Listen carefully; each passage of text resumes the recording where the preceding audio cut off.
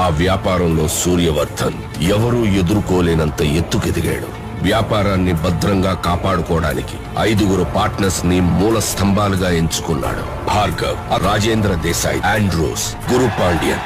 సూర్యవర్ధన్ కున్న అతి పెద్ద బలం అతని తమ్ముడు అధీరా. అతని సామర్థ్యంతో కట్టిన ఈ కోటకి సూర్యవర్ధన్ కొడుకు గరుడా చేయి తోడైంది. వారిద్దరి సారథ్యంలో కేజీఎఫ్ ఎవ్వరూ ఊహించలేనంత భద్రతలో ఉంది. యుద్ధంలో 3వ వాడి అడుగు పడింది. వాడు చెప్పుల సైజు చిన్నదైనా వాడు అడుగు పెట్టాక దారి పెద్దదైంది.